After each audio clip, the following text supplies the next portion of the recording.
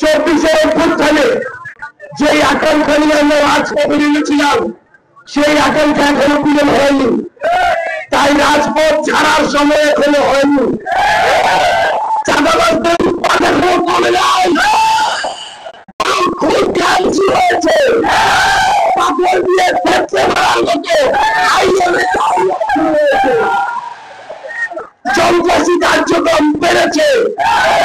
আমরা স্পষ্ট করে আপনাদের বলি, আমাদের লড়াই অব্যাহত আছে এবং এই লড়াই আমাদের চালিয়ে যেতে হবে।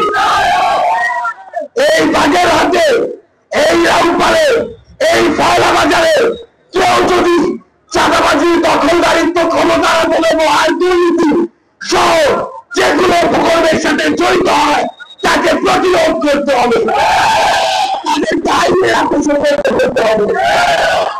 যদি আমরা ভয় পাই তাহলে সেখান থেকেই আমাদের শেষ।